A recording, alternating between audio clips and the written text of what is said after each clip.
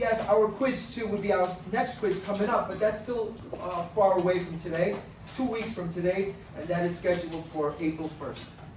Okay, so quiz 2 is scheduled for April 1st, and that will include everything from lectures 6 to 11, which would be from organic, inorganic, DNA, which we'll discuss today, and also the cell, which we're going to probably introduce today and continue next week.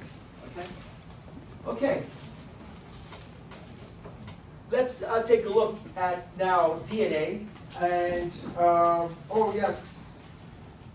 that will be the only important announcement that I have for lecture class.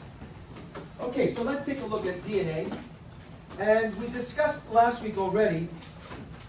This is a very interesting, important topic, okay, and that's because DNA is very important for production of not only of proteins, but also will be very important for cell division. So what we want to look at today is DNA, but to understand DNA, and a good way to understand things is always comparing them with other things. For instance, you want to understand about a certain animal or plant, it's always well to compare it with something else. For instance, compare this mammal with that mammal so you understand more about the mammal that you're trying to learn about. Okay? Or in this case, to understand more about DNA, we're going to compare it with RNA. Now, RNA does play an important role in protein synthesis as well. Not in cell division, but in protein synthesis. So therefore, we want to look at DNA, RNA, compare them, and look at some important features about each of these. So going by that, let's start here with taking a quick look. And we did see last week the basic structure of DNA and RNA.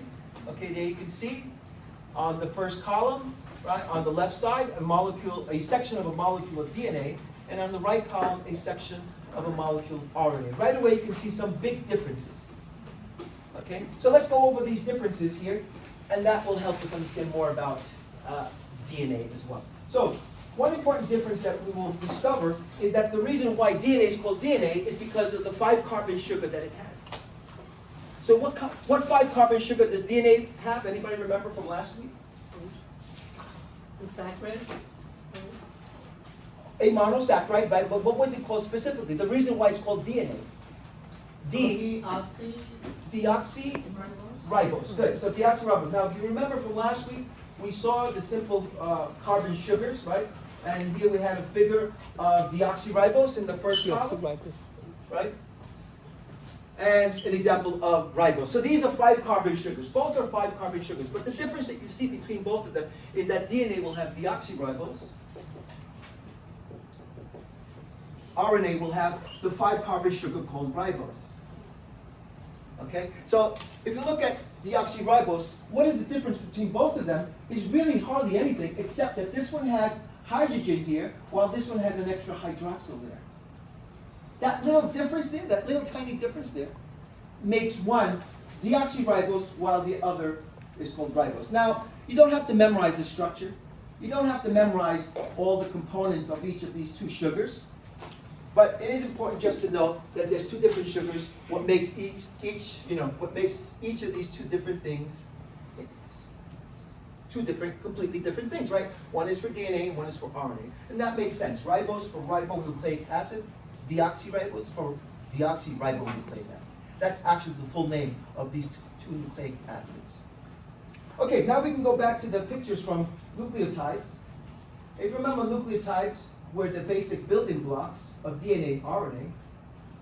Let's go back to the picture of the nucleic acids, right? So you can see right here, the pentose sugar that you'll find in nucleotides. If this was from an RNA molecule, it'd be ribose. If it was from a DNA molecule, all these pentose sugars, those 5-carbon sugars, would be deoxyriboses instead. Okay? So really, not much of a big difference except that little difference in its tiny little structural feature. Okay, now, what else do we have? Another important thing, the bases. Now remember that we said that nucleotides will be made up of bases, right? Nitrogen bases, nitrogenous bases. And here are the different bases that we saw last week. Okay, we had 2 different purines, adenine and guanine. Look very similar. In fact, what common thing do the purines have compared to the pyrimidines? Just from looking at it quickly. From scanning at these 2 diagrams, what difference is there between both of these 2 groups of nitrogen bases? What's the big difference there between purines and pyrimidines? Excuse me? Just look at the figure. What difference you see between this and those? One single and double. Exactly. The purines have double rings. The pyrimides are only single ring structures. So that's one way. This is probably, because I only see one ring there, this is probably some pyrimidine. Perhaps this nitrogen base is cytosine, or thymine, or uracil. Doesn't matter.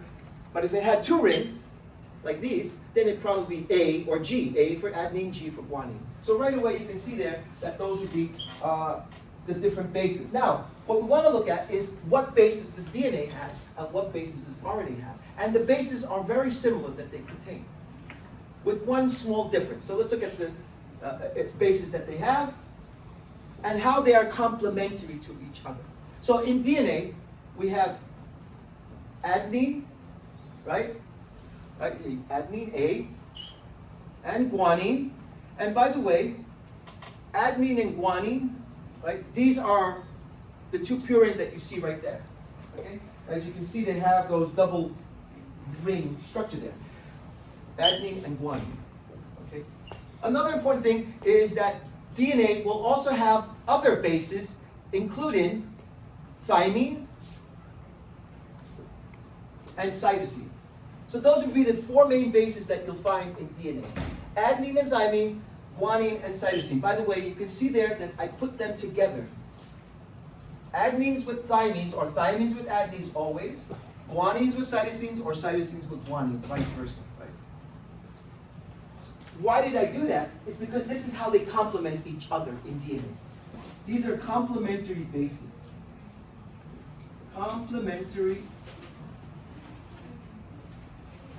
bases. This is how they bind together. The adenines always will bond with thymines. Now, do we have any adenine pictures? Let's look at some real pictures of DNA. Again, we're looking at DNA right now. And if you look at that, am I lying? Am I telling the truth? Yeah, every time that you see adenine, you see a thymine linked with the thymine. Every time you see a thymine, you see an adenine linked with it. So adenines and thymines always are complementary to each other in DNA molecule. Now, why are they complementary? Because in DNA comes always in a double strand, like we see right there. In a moment, we'll talk about that. But these are complementary bases. Okay? Now, third, you see that I also did put there little lines. The lines mean how many bonds. How many bonds between the adenine and thymine? Between adenine and thymine, there's always a double bond. Between guanine and cytosine, there's always a triple bond. If you don't believe me, look at this picture right here. Here's adenine and thymine. You see the two bonds there? The two bonds are actually hydrogen bonds. Now, we learned about hydrogen bonds already. So you see right there? The little blue dotted line. Remember blue dotted lines? Dotted lines mean some hydrogen bond. So the hydrogen bond between this adenine and this thymine, twice. One here and one there. Double hydrogen bond. But between guanine and cytosine, or cytosine and guanine, there's triple hydrogen bonds. 1, 2, 3. Of the two types of complementary bases, which complementary bases have a stronger hold? Are more strongly held together? T and A? G and C. G and C. Why? Because there's three bonds. 3 hydrogen bonds. More difficult to break apart. Will it break apart? There will be a moment when the two strands here of DNA will separate for a quick moment. Now here I had some rope, okay, representing that each side of this rope, so you can see two sort of ropes twisted on each other, right? How will it separate? Okay, this is the reason why I had this hook. You'll see that it will separate, and usually when it separates like this, it will usually happen at the weaker bond, which is between adenine and thymine. It's more difficult that it'll happen between guanine and cytosine. Why? Because that's a triple bond there. 3 hydrogen bonds, so more difficult to break apart. So usually when these two strands will separate like this, it will usually start and separate, usually begin separated at one of the double bonds between adenine and thymine. We'll take a look at that soon, when we look at how these two strands of DNA separate. When do they separate and how they separate. Okay, Now let's look at RNA. Anyone like to tell me what are the bases, the nitrogen bases in RNA? If you don't remember the words, you just give me the letters. Okay, so we have U's. What else do we have? Uracil. Okay, C. What else do we have? Oh, she said cytosol. G, right? So let's list them down. And do we have A's? You see some A's? You see some G's? C's? But no T's. So there is A, G, C, and instead of T, there is U's. That is the small difference here between RNA and DNA. RNA will have uracils. U stands for uracil. Here it is, uracil. Instead of thymine. DNA, if you see T, it must be a DNA molecule. If you see U's, it must be an RNA molecule. The other three are the same. A, G's, and C's. A, G's, and C's. Now, secondly, you see that I just listed them. A, G, C, U. I did not bind them together. I didn't bind them. They don't bind together because RNA usually comes only in a single strand in human cells. Now, there are some microorganisms, some bacteria, some viruses, where there is such thing as a double-stranded RNA, but not in human cells. In human cells, RNA is going to be single-stranded. So that's the next thing here, comparing these two things. DNA is double-stranded. A double-stranded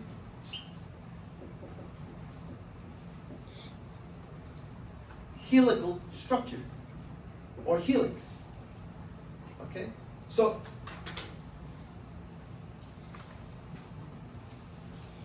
here you have two ropes, pretending that each rope represents one of those DNA strands, one of the DNA molecules. But not only are the two DNA molecules held together, they're also twisted like this. Twisted as you see that I'm doing with this demonstration with the rope. See how they're twisted? That's called the double helical DNA or double helix structure of DNA. The double-stranded and helix. Helix means like twisted, like these braids or like the ropes that you have right here. Okay, while RNA is always single-stranded, just a single strand of RNA, a single strand of many nucleotides, and each letter again represents a base of a nucleotide. Okay. So I'm going to just pause there for a few seconds and ask you, would you guys now be able to identify, if you saw different pictures of RNA and DNA, would you be able to identify, be able to recognize which is a DNA and which is an RNA? Yes. That's it. So simple, right? DNA like that, RNA would be like this. Okay, but now we want to look at some other features between DNA and RNA. Okay? So up to there, any questions? So in RNA, RNA is single-stranded because there is no base pairing. No base pairing. DNA has complementary bases. There is base pairing.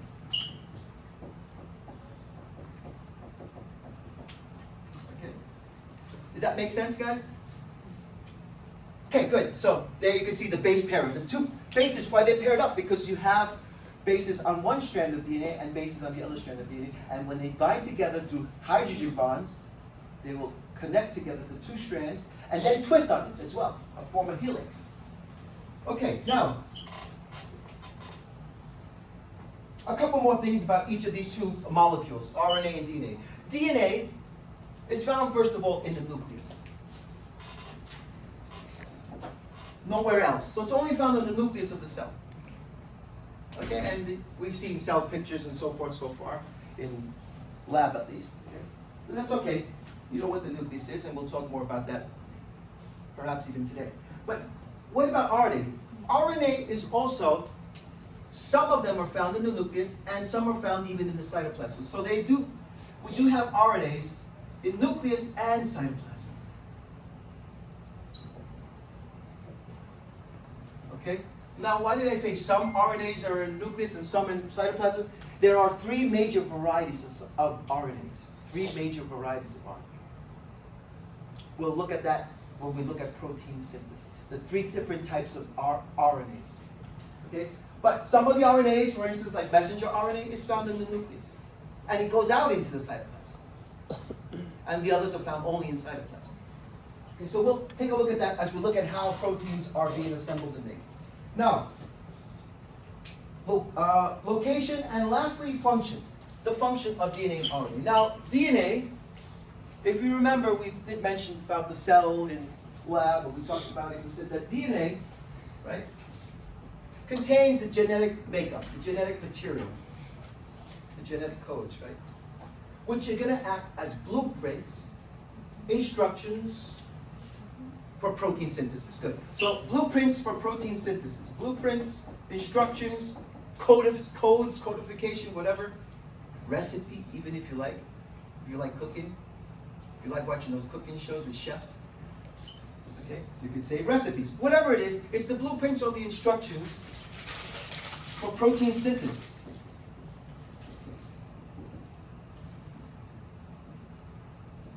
Right? So like when you go to a hardware store, IKEA or Home Depot, you buy something, it has to be assembled, right? There's got to be instructions, or else how are you going to put it together?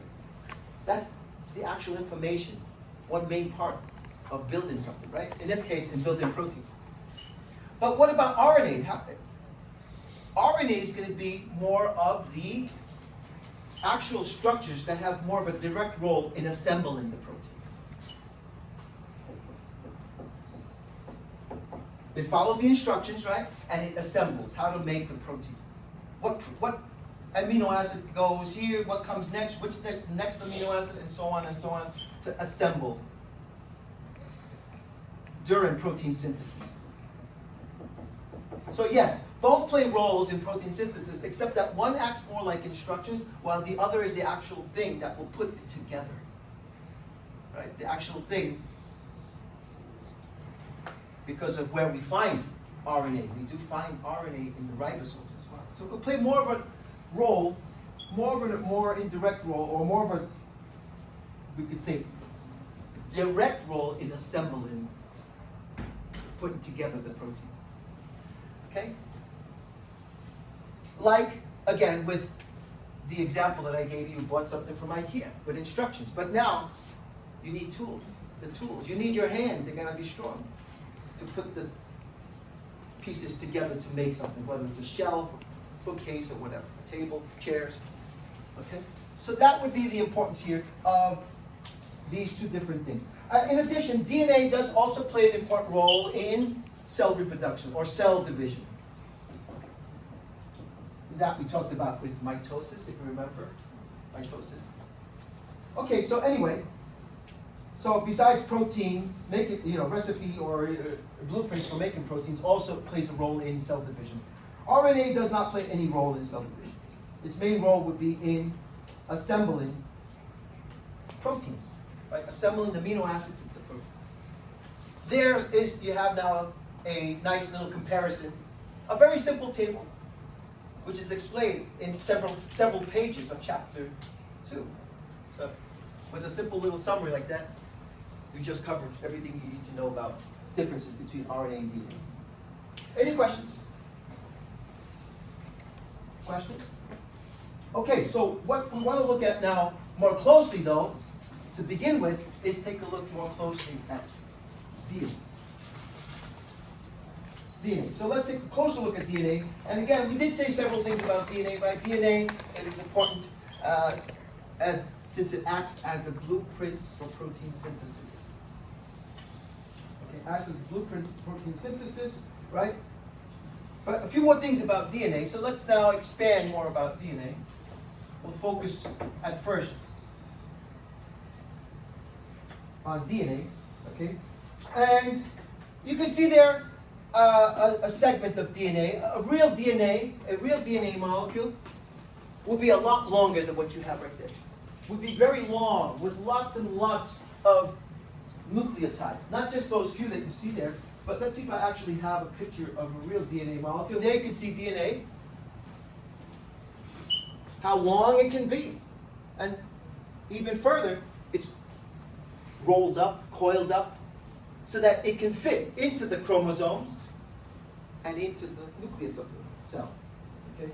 If you just pulled it out, so saying this is DNA, if I just left it this way, lengthwise, it wouldn't fit in the cell. It'd be too long. In fact, scientists have been able to discover that a real DNA molecule can measure several centimeters in length.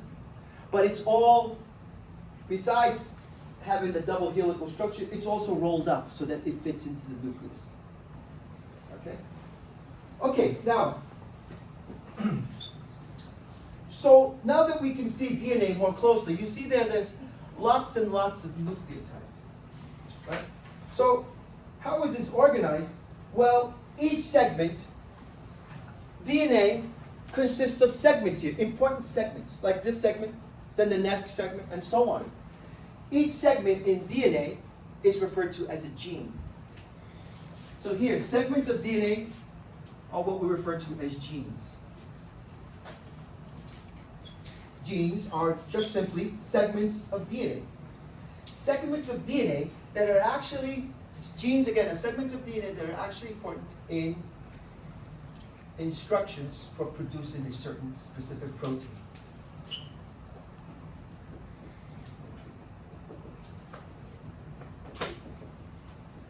Okay, so take for instance this segment. Let's go back to the previous picture. Whoops, right there. Let's say this whole segment, let's give it an imaginary name or a fictional name. Let's say this segment is called segment Z, whatever, doesn't matter. Okay, so this segment Z is called the gene.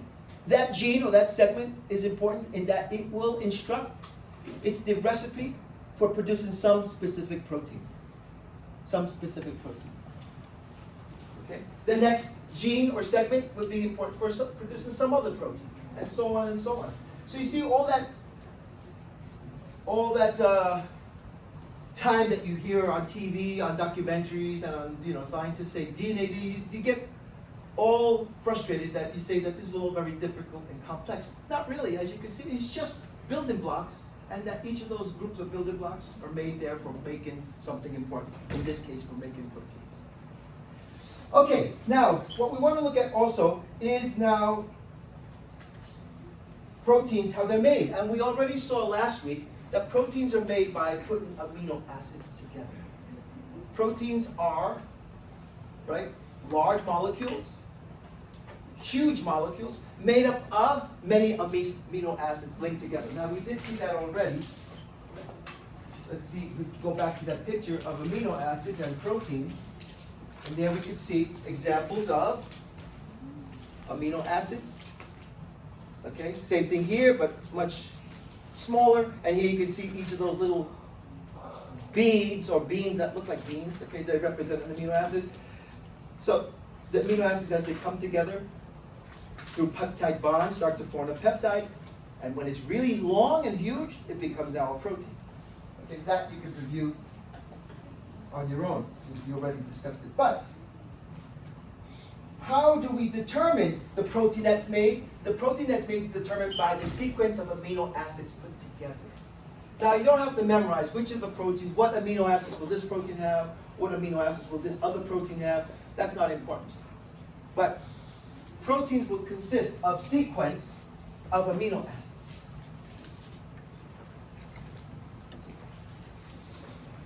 Made of amino acids, right? Sequences of dozens and dozens and even hundreds and thousands of amino acids. I'm going to abbreviate amino acids as AAs. Okay, so therefore, what we want to look at is how the amino acids are assembled together. Those of you ever played Legos? Anybody ever played Legos when they were younger?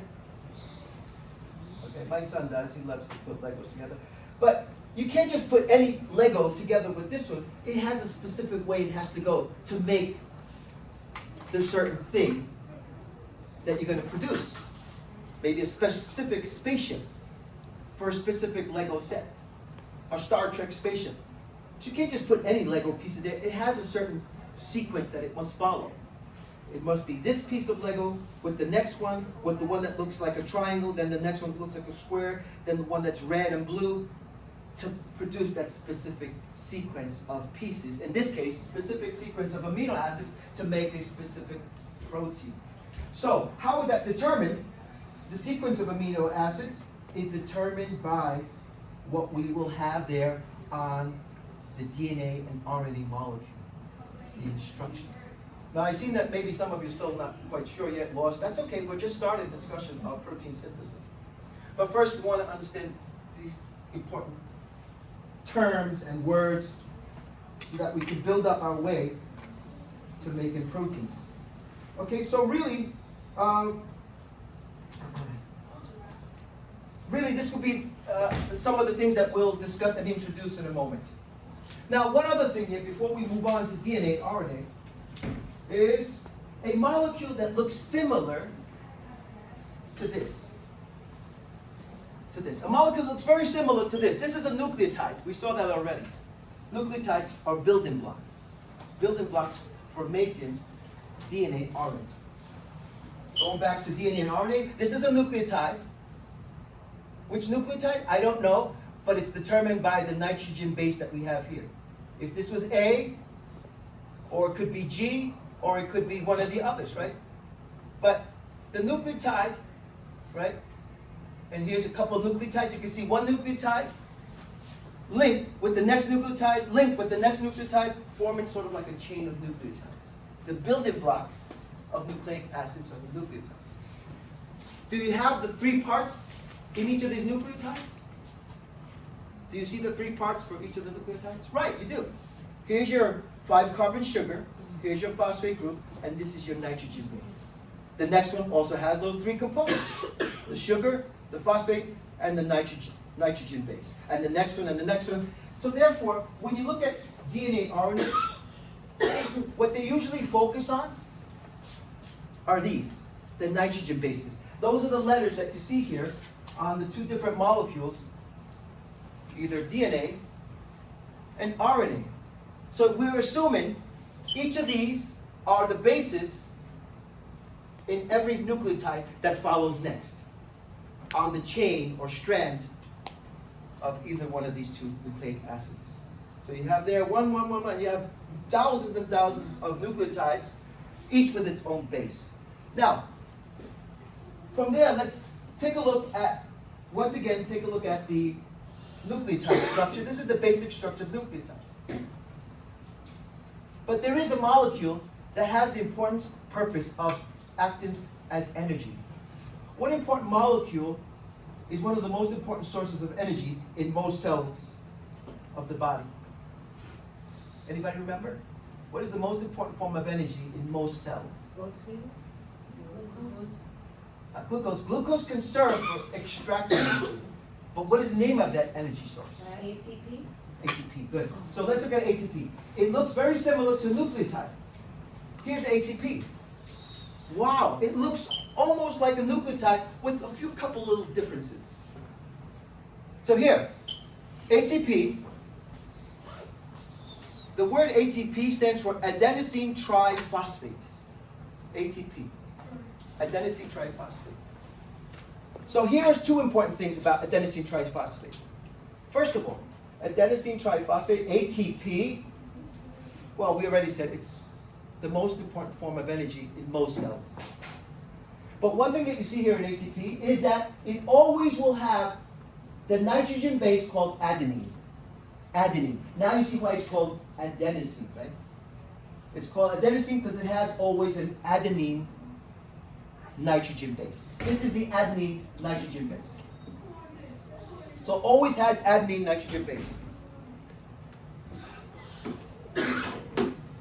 Another important difference is that it always will have the 5-carbon sugar called ribose. Not deoxyribose, but ribose. So it has adenine always and ribose. And third, like any nucleotide, looks like a nucleotide, it will have phosphate here. But not one phosphate. How many phosphates? 3 phosphates. That's why it's called adenosine triphosphate. So as you can see, it almost looks like a adenine nucleotide, but with those small differences, right?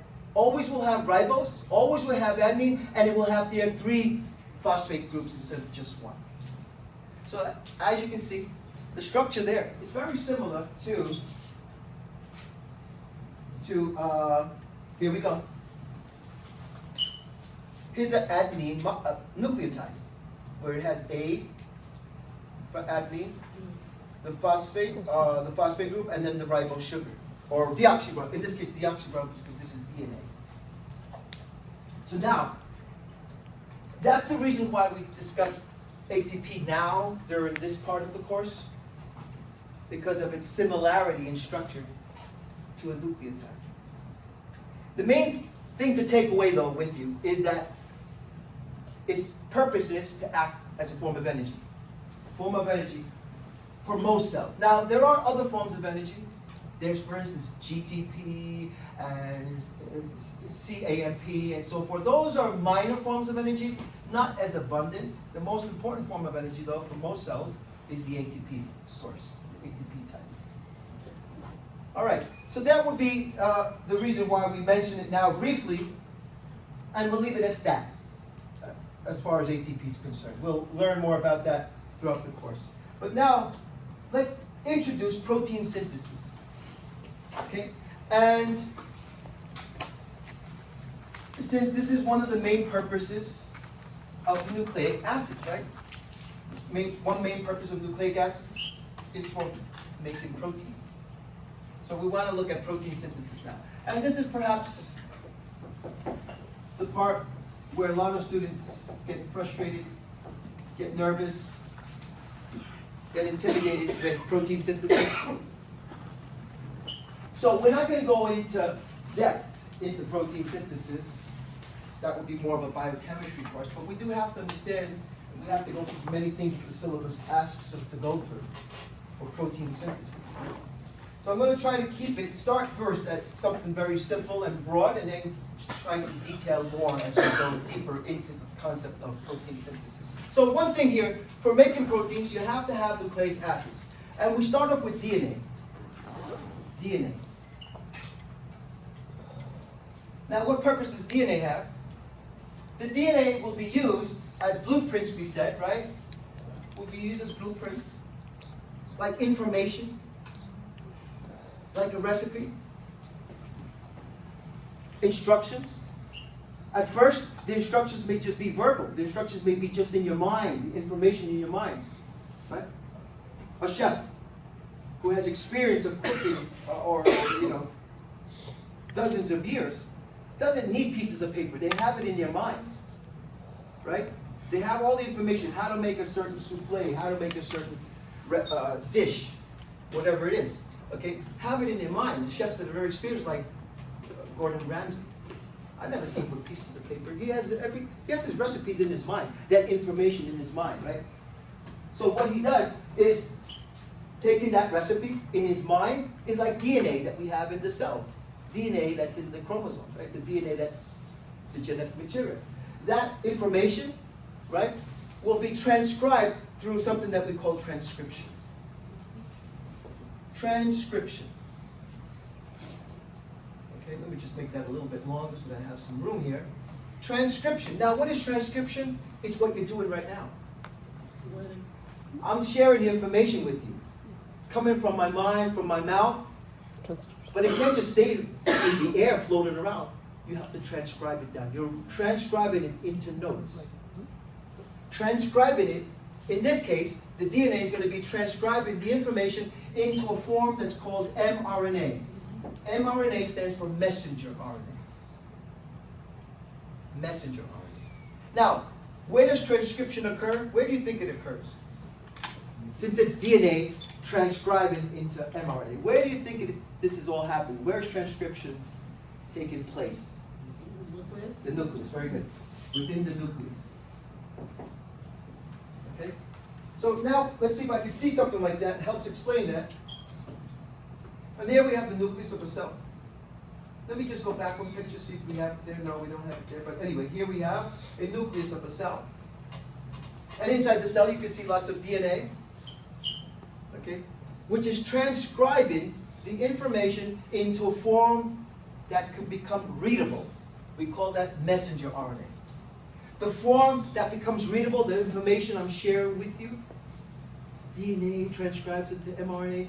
It's in your mind, but you want to transcribe it, so don't forget you transcribe it into notes with letters, with symbols that you have there in your notes. Okay? So now you've transcribed. That's what the word transcribe means. It kind of means to write down, to put down. Okay? Now, so as you can see, DNA will be used like that, but we're not done with protein synthesis. We do also want to put the amino acids together to make a protein. And that will be the second major part, where the mRNA, which is messenger RNA, like messages, like notes. Notes, right? Like notes. Now, that will be translated. Translation into proteins. Translated into the proteins that we want to make, synthesis, right? This occurs in the cytoplasm of the cell. So the messenger RNA that was made in the nucleus, here it's made in here, the messenger RNA, has to get out, goes out of the nucleus and into the cytoplasm, so then it can be translated into proteins. How does the mRNA, which is a type of RNA molecule that's pretty long, rather large and long, how does it get out of the nucleus? Pores. Very good, through the pores.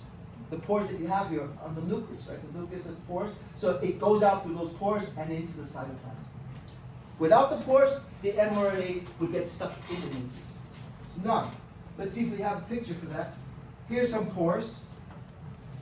The pores that will allow the mRNA to come out. And here's an mRNA molecule, for instance. It's going to be very long. It'll come out of the nucleus and into the cytoplasm so that it can be translated into proteins. So translation. Now, in the illustration that I'm giving you by writing your notes down as I'm sharing my information with you, that's transcription. But translation would be, you go home tonight and you're going to read your notes over and translate it in your mind. Say, okay, I'm trying to understand. This is how we make proteins. Or maybe I give you instructions. I want you to take 5 beans and color the beans different color, and put the red one first, the blue one next, the green one next, the yellow one next, and then finally a black one next. Okay? Put those beans in that order together. The instructions how to do something. Translating those messages that you have there, those messenger RNA, into the actual protein that you put the beans together. So how you do that? With your fingers, by following the messenger RNA, right? By using one of the actual important organelles that we'll see in a moment called the ribosome. Ribosome. Okay? Okay. This is a brief introduction to protein synthesis. A broad overview. But we're going to discuss transcription first, and 3 major steps, and then translation after, and the 3 major steps of translation. Okay? So each of these will have steps. In fact, the name of the steps is pretty easy. In a moment you say, oh, that's pretty easy, the steps. But any questions up to there? Okay, this gets very exciting now. Very interesting. Now, let's take a look at a few things about genetic makeup, the genes, right? An important thing that scientists have studied and came up with different names for these concepts. One important name that they came up with is the human genome, and you might have heard on the Discovery Channel, on PBS, or other documentaries, reports, articles, magazine articles, etc. Something that's called the human genome or the human genome project. Okay? The human genome refers to our complete genetic makeup. Our complete genetic makeup. Now remember what a gene is, right? A gene is just one segment of DNA. So take, for instance, let me just lift this up for a moment and just say that this is one segment. That's one gene. A gene that will be instructions to make a certain protein. The next one is another segment, and so on and so on. So you have lots of genes. Altogether, the human genome, or the complete human genetic makeup, is somewhere over 25,000 genes. Over 25,000 genes in human cells. Now, I don't know about other cells. For instance, a mosquito cell might have less than that.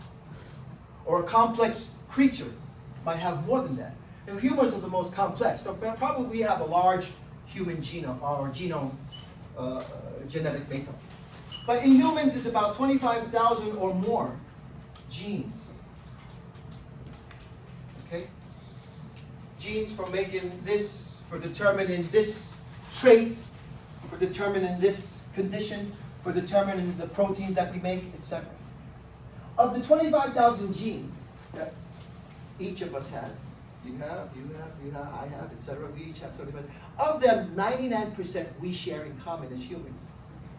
We share 99% of our genes in common with the classmate that's next to you. Even if you're from a different country, a different background, whatever, 99% of the genes that we have in our human genome are identical between humans. Now, if you're comparing it between a human and a chimpanzee, or a human and a dolphin, of course, it'll be a lot less different. Maybe only 50% identical. Or a creature like a lizard or a snake, it'll be only 20% identical. But between each other, between humans, our genes, our human genome is 99% identical. 99% of me is identical to you. Then how come you look different? That's that 1% that makes you unique, me unique, and each one of you unique and different. So we do have a 1% or even less than that that makes each person unique and different. So, as you can see, we do form the race, the human race, and that is because we all share in common 99% of our genes, right? That is that only 1% that makes you different from the next person that you see to your right, to your left, or behind you. Okay? So therefore, you can say, hey, when people say, yo, brother, you know, really are brothers and sisters. Really, you know, we're all related. We all believe, if you believe in evolution, we all originated from the common man, which they believe came from somewhere in Eastern or Central Africa. We all derive from it. Now, there are other theories, but how do you explain that? That we all related. Even if you came from some place in Asia and another person came from some place in Central America, you are still probably 99 cents brother, and that's the reason why you maybe hear people say that. It's funny to see that, but that's the truth behind it. Now, we want to take a look at now some key words here. Some key words that will come across when we talk about DNA, genes, and protein synthesis. So to start out with, we want to identify some keywords first. So that when we discuss this, we'll talk about it. I won't have to explain it every minute. I'll just say codons, or I'll just say triplets. So right away you should know what it is. But let's talk about, first of all, DNA triplets. Go over some key words first. Triplet. DNA triplets or triplets. In fact, you might see it many times written in your books. It just says triplets. There's only one type of triplet in this whole knowledge of protein synthesis, and it's the DNA triplets. So there's really no reason to have to put DNA triplets. Triplets or DNA triplets mean the same thing. It's only used this way, that word, triplets. Anyway, what is DNA triplets? DNA triplets is a sequence of 3 nucleotide bases. A sequence of 3 bases. 3 bases. A sequence of 3 nucleotide bases. Now, which are your nucleotide bases? We already saw the DNA bases, right? A, G, C, and T, right? Good. So, any sequence of 3 bases would be a base DNA triplet. That's why it's called triplet. Sequence of 3 nucleotide bases. Okay. What does the nucleotide bases determine? It determines the codon that it will transcribe. That sequence of 3 bases determines the codon that it will transcribe. Now, we did talk about transcription already. The codon that it will transcribe, that it will write down, right? So let's talk about the codon then. Transcribe. Let's now look at this next word, codons. Sounds like the word codes, because in reality it does play a role like codes do. Okay? Then you have a code to get into the bank, right? Or to take money out, a certain code. Or a phone code, right? A, B, C, D. Or A, B, C, or whatever it is. You have a code. So, what is codons? Has something to do with being some sort of code. So codons is a sequence of 3 nucleotides of mRNA. 3 nucleotides of mRNA. Didn't we say that already? No, we said in DNA it would be a sequence of 3 bases of the DNA molecule. But in this case, it's 3 nucleotides of an mRNA molecule. Right? The mRNA. So now, this is DNA. So that wouldn't work for codon. For a codon, we'd have to look at an mRNA molecule. Let's see if I have an mRNA molecule. And there at the bottom, I see mRNA. At the very bottom, you see what mRNA being formed here? It's forming. It's being transcribed. And then when the mRNA is completed, you see there are lots of little different colors. Each one represents some nucleotide base. So a sequence of 3 nucleotides, a sequence of 3 nucleotide bases of an mRNA is what is a codon. A sequence of 3 in DNA is a triplet. A sequence of 3 in the mRNA is called a codon. So it's the actual codons of mRNA that are going to play the more direct role in coding for the specific amino acid. Okay? All right. Let's start off with those first few simple terms. Let me give you an example of a codon. Example. A good example of a codon is AUG. AUG. Why can't it be ATG? Anybody tell me how come it can't be ATG? Correct, no T's, no thymines in RNA molecules, including mRNA or any other RNA molecule. There's no T's. There will be U's, they could be A's, they could be G's, and they could be C's, but no T's. If you see U, it must be RNA. In this case, this is mRNA, and an example of a codon, and we can make many different combinations of codons. What combination? Let me show you some combinations, different combinations of bases to make different codons. There's a table here, which you don't need to memorize. I had to memorize them when I took biochemistry. You guys don't need to memorize these, but here's different examples of codons. You see AUG, the one I wrote, ACU, CAU, CGU, UUU, GGG, AAA, etc. All those 3 bases in an RNA molecule, mRNA molecule is called a codon. The reason why it's called codon, because it will code for the specific amino acid. So let's take this one for instance. AUG is the codon that codes for which amino acid? Anybody can tell me from looking at the table? Yeah, AUG codon codes for which specific amino acid? Stephanie, right? What's it? Olga. Correct, good. It says right there, met, which is on the table here, methionine. Good. Let's try another one, just an example. The codon CAC codes for which amino acid? CAC. Kaka? No. Histidine. What does CAC code for? Histidine. Now, for this table, they made it easy so you can identify CCC, right? And it says CAC, which says his.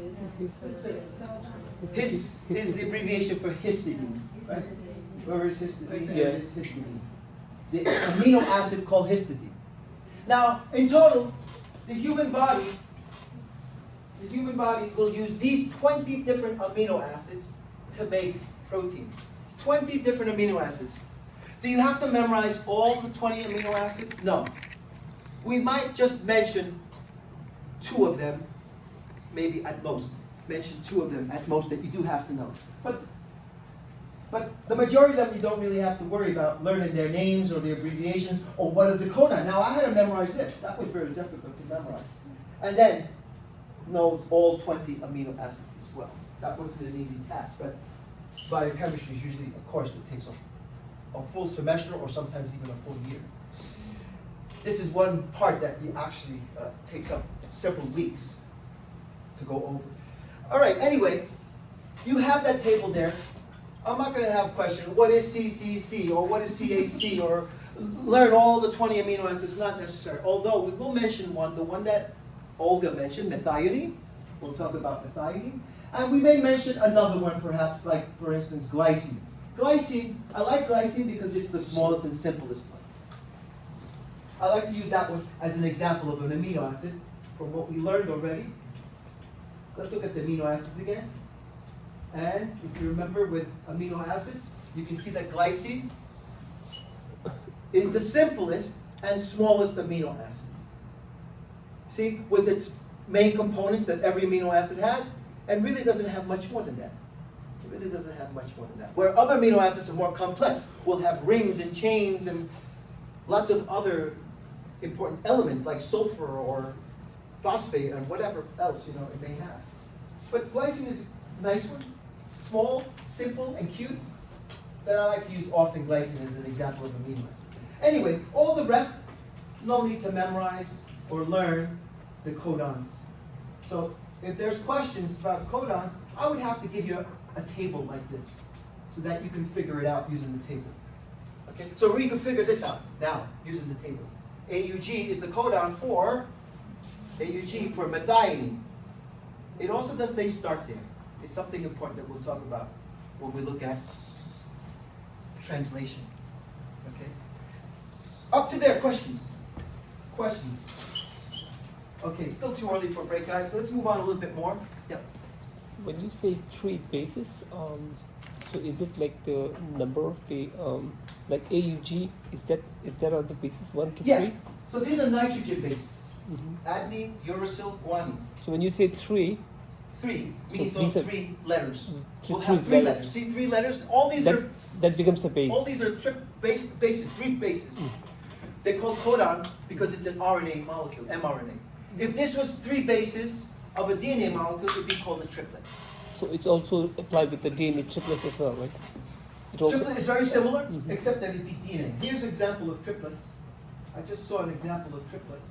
There you go, DNA triplets, like TTT, or TTC, or CAA, or AGG, or AUC, or I'm sorry, ATC, etc., etc. Okay? Those are codons for the DNA. Actually, this might be a good idea to practice it. Mhm. Okay? Let's practice this. Now, remember the complementaries that we have. That might not help much. Okay, that might not help much. But anyway, who can tell me what this triplet will transcribe into here in the mRNA codon? What will this transcribe into here? Remember base pairing. So what will transcribe here? Can anyone like to try? Yes, Deborah? A, G. Very good, AAG. In a moment, I'll show you how to do that. But when this triplet is transcribed Mhm. into some codon, it will transcribe based on how T's and A's are related. T's and A's related, and C's and G's related. But you have to remember that this is an RNA molecule. So let's try the next one. Who thinks they could try this one? GTT? Would that be correct? Miguel, do you think you know what it might be? But is it TGG? I'm sorry, is it GTT? No T's in the RNA. There's no T's in RNA. So instead of T, what would it be? AU. U. So then this would transcribe into what mRNA codon? It would be G, yes, correct. UU. Every time that you're about to say T, right away say correct, no, it should be U in an RNA molecule. And the last one, anybody like to try the last one? Now that you know that, what would be the last mRNA codon here? UCC? Good. So this would transcribe into U and CC. That's correct. We already know that. UCC. Why not TCC? This is RNA. RNA doesn't have T's. RNA has uracil instead of thymine. So it would be UCC. Now, with a pencil, you could write those things down. Write the letters down first, but then correct it with your eraser. Anytime that you had T, like for instance here you had T, erase the T, erase the T, erase the T, and make U and U. If you find it easier that way, then that's perfect. But when the DNA is transcribed into the RNA, you have to remember it's RNA. It's not another DNA molecule, it's an RNA molecule. So therefore, every time that you see the different bases here, you will have the bases of RNA, which is A's is correct, you'll have G's, yes, you'll have G's, you'll have C's, but you won't have any T's, instead you'll have U's. U, and U here in these examples. Now, let's skip this for a moment. We'll look at what's the anticodon after. Okay? But up to there is questions. Because now we begin with the process of transcription first. Transcription. Questions? Okay, so let's look at transcription. Now, what we did already, we showed here very briefly protein synthesis. And the first process will be transcription, where the information, the recipe in the chef's mouth and mind, the instructions in your mind, how to make something, okay, the blueprints have to be transcribed into a form that could be understood. Okay? Now, that would be transcription. So now, in transcription, a few key words that we'll see here. Let me erase this. Let's talk about transcription more specifically. So in transcription, a few key words will come into our vocabulary. Let's see, this is not transcription, that's transcription. Okay, we'll leave it on this picture for a moment. But in transcription, a few key words. First of all, the DNA is going to be used. Is that right? Do we have to use DNA for transcription? Of course, the DNA, the information of DNA is going to be transcribed. So we have to have the DNA first. Let's put that down here on the table for a moment. And that DNA has two strands. Two strands in human cells. In the human cells, it has two strands. Why two strands in human cells? Why do I have to mention that? Because there are some viruses that DNA has only one strand. There are some organisms where DNA has only one strand. But in human cells, our DNA consists of two strands. Now, could you please hold this end for a moment? So you have two strands here. Okay? Thank you. Just put your arm forward. Yes, thank you. Okay? So there's two strands.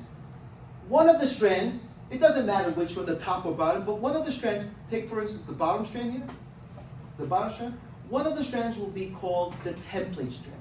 The strand that will be transcribed. The template strand. What does the other strand do? The other strand just lags there. Thank you. The other strand will just lag there. So that's another key word that we'll look in transcription. A couple of things. First of all, the DNA template strand, template, is the one that's used and transcribed into some mRNA molecule. Is transcribed. Okay? So you know when you get instructions or something, you have the points, step 1, step 2, step 3. That's what you're reading. You don't care about the tiny print at the bottom that says, be careful, caution. Not yet. You focus on the instructions itself, the template. Right? The same thing here. Which of these two strands is the template strand? I don't know. It doesn't really matter. One of them could be the template strand. The one that's going to be transcribed would be the template strand. So here, do we have something like that? Yes. Look at the figure here. In fact, let me make it bigger just for a quick moment. Zoom in. Try that again. Okay, so here we'll look at this one. Okay, so if you look at this, you have two DNA strands, right? The one that you see here on this part of the DNA molecule, the bottom strand here on this example, is the one that's the template strand. The one that's being used and acting as the part of it that will be transcribed. The other DNA strand is just going to hang out there. Lag. It just lags there. That's why it's called the lagging strand. So of the two strands, only one is being used and transcribed. Okay? While the other strand just hangs there. Doesn't really do much for now. So we got to pick one strand. Here you can see also the DNA strand that's being read or transcribed is the one that keeps adding bases to start creating our codons and our mRNA molecule. Now I'll make the diagram smaller. Oops. Okay, go back to that one again. Okay, so you see that we're starting to already, the DNA strand, the template strand, and it's already starting to create an mRNA molecule. It's already starting to transcribe the mRNA, and that continues to get longer and longer and longer, and at one point when it's so long and finished, it's let go. Let go like this. Okay, so that's one important thing here when we look at transcription, right? One of the DNA strands will be used as the template. Okay, what else? What other important term that we have to use here?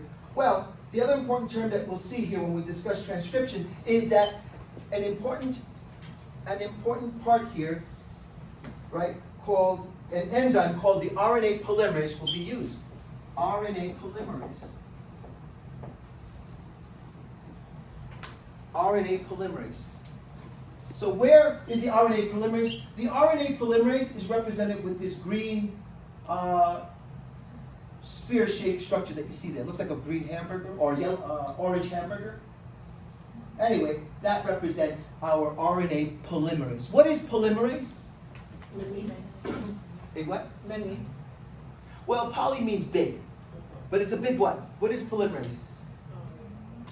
How, when you see the word ACE, what does it identify? Enzyme. Very good, an enzyme. Good. This is an enzyme. It's a large enzyme that has this purpose. The purpose of playing an important role in transcription. Transcription. So here's the enzyme. No enzyme here yet. But here's the enzyme. It arrives, and the enzyme is going to be used to transcribe the mRNA, to make the mRNA. Okay, so that would be some key things here that we need in transcription. We need to have this enzyme. We need to have one of the DNA strands used as the template for making our messenger RNA. Okay? And then a few other important things that we'll look at in a moment. Okay? But now let's take a look at transcription first. If you want, you could put Roman numeral 1 or just leave a title that says transcription. So transcription will take place in 3 major steps. The steps are pretty easy to remember. Starting out, making longer, and ending. What do we call that? We call initiation, elongation, and termination. Let's start with initiation first. Right? Initiation means when we start out. So here is nothing yet, nothing's happening yet, but it's getting ready, and here initiation is beginning. Right? Initiate, to begin. So the first step here of transcription, number 1, is initiation. In fact, these names of these steps, we'll use them again when we talk about translation. Initiation, elongation, and termination. So, initiation first. Initiation, what happens here? The RNA polymerase, so now we have the RNA polymerase, right? It's going to bind to the DNA template. Remember the template, the one that's going to be used? The template strand? Okay? So the RNA polymerase begins as the RNA polymerase binds, right? It binds to the DNA, specifically the DNA promoter segment. DNA promoter segment. DNA promoter segment, meaning it identifies where it will start. So once again, the enzyme is going to look around. It looks around, so let's say this is the enzyme. It looks around and it's looking for the promoter segment. And when it finds it, oh, here it is. It says this is the promoter segment. That's where it will begin the process of transcription. Like the front of the mind. You ever told, say, hey, I'm looking, I want to buy this, or you go to Best Buy.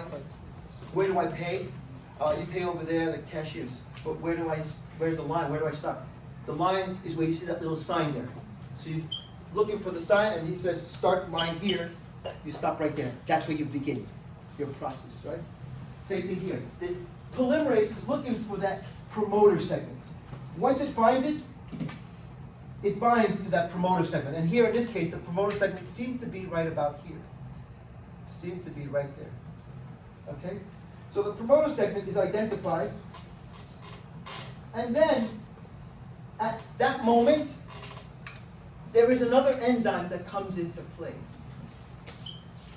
An enzyme that we call helicase. Remember that we said most enzymes end in ACE? So these are two good examples of enzymes that end in ACE. Helicase is another enzyme, but helicase, its role is to do this.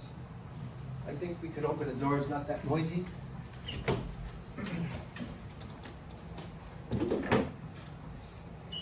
Okay?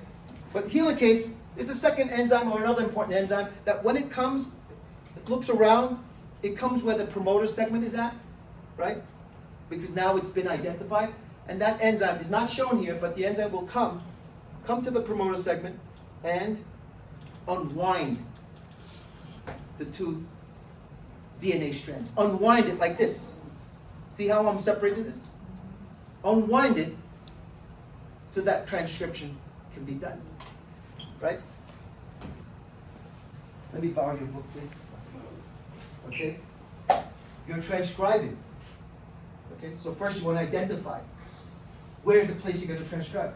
You're going to transcribe, I think you marked it here, and it'll be right here. This is where you're going to begin or continue transcription. Right? So what you do, you unwind it so that you can continue now transcribing. I like to use that example as an illustration with writing notes. Okay? You kind of like unwind. You open that thing up so that you can start writing. If you don't open up your notebook, how are you going to write into your notes? You have to unwind it so that you can start transcribing, writing down the codes and notes. So now, what happens next? Okay? Up to there, questions about initiation. The helicase unwinds the double-stranded DNA. Not the whole thing. You didn't see that I took the whole thing apart like this. I only unwound it at a specific site, a small little area that was identified as the promoter segment. Okay? But anyway, it unwinds the double helix, or the double-stranded DNA molecule at a specific segment there. So that now you can start transcribing. But I'll unwind it to page 10 in your notes. You can't transcribe anything yet until you open up your notebook. Right? That continues, therefore, with number 2, elongation. Well, let's finish up transcription and then we'll take a break. Okay, elongation. So we just have 2 more steps. Elongation, right? What do you think of when we say elongation? What word comes to your mind when we say elongation? Something longer. Something longer. Making it longer and longer and longer. The line is elongated. It started with 2 people at the front near the theater. The line is getting longer. It's up to here now. The line is still elongated all the way down the hallway to the stairway. Elongation. And you hate those lines, right? You hate those lines when they're so long. Now you got to wait longer But in DNA, it's not, it's really actually cool that we elongate it so that we can make our messenger RNA. Remember, mRNA stands for messenger RNA. So what happens in elongation? The RNA polymerase builds complementary mRNA. The RNA polymerase builds an mRNA, right, starts building now the mRNA. Starts making, by adding more and more bases and nucleotides, right? Nucleotide bases, right? Added complementary mRNA by using free nucleotides in the cytoplasm. In the nucleus. Uses free nucleotides in the nucleus. All around the nucleus, there are free nucleotides. Okay, all these letters that you see there are spread out, randomly located in the nucleus, floated around, A, G, C, T. But now they start to come in and add here in a chain. So uses free nucleotides, right? Adding them as it continues transcribing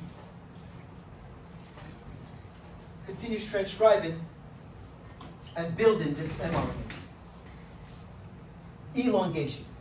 Another person comes to the line, and another person comes to the line, and another. What do you add in there? You keep adding more people. In this case, we keep adding more bases that will complement to what we said. Now, how do they complement? A's from the DNA will add a U to make an mRNA molecule. G's will add a C. C's will add a G, and T's of the DNA molecule will add an A. So now let's try that again from what we saw a moment ago. Okay? Okay, you see right there? The DNA triplet, TAG, which is the mRNA basis. It would have to be a U, remember U, not T, because this is mRNA, U, and then C, yes, matches up with G. The next one, CGG, would be GCC. And continue, thousands of bases continue to start making this very long mRNA molecule, elongation. As we continue adding, by continuing to add more bases, we start building out an mRNA molecule. Like words. You start building a sentence by adding one word, then another word, then another word. Keep adding more words, and you're making a sentence.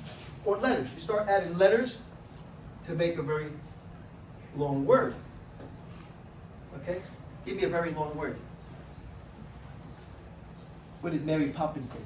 Oh, superfragilicious. Superfragilistic What letters did you have to add there? I don't know. But you probably can figure it out. Supercalifragilistic.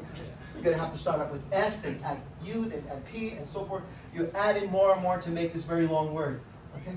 Anyway, you get the idea from what elongation, why it's called elongation. So where do we have elongation shown? Right here. This would be elongation.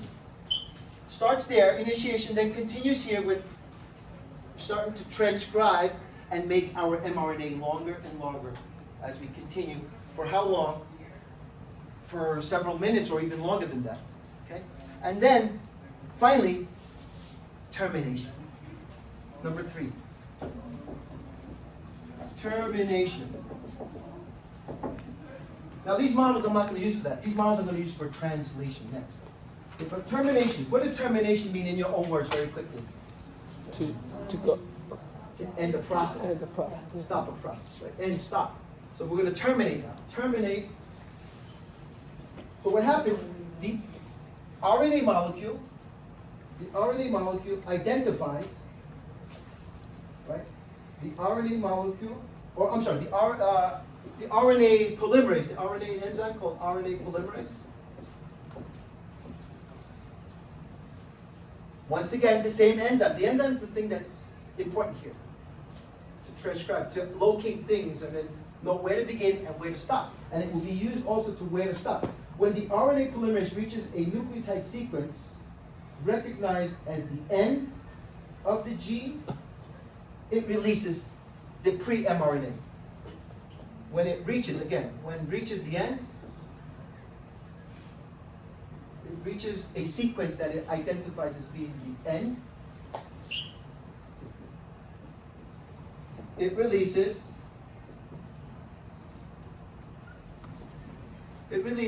not the final mRNA yet, but it releases a very early form of mRNA we call pre-mRNA. A pre-mRNA. mRNA. So here it says mRNA, but to be more specific, that would be a pre-mRNA.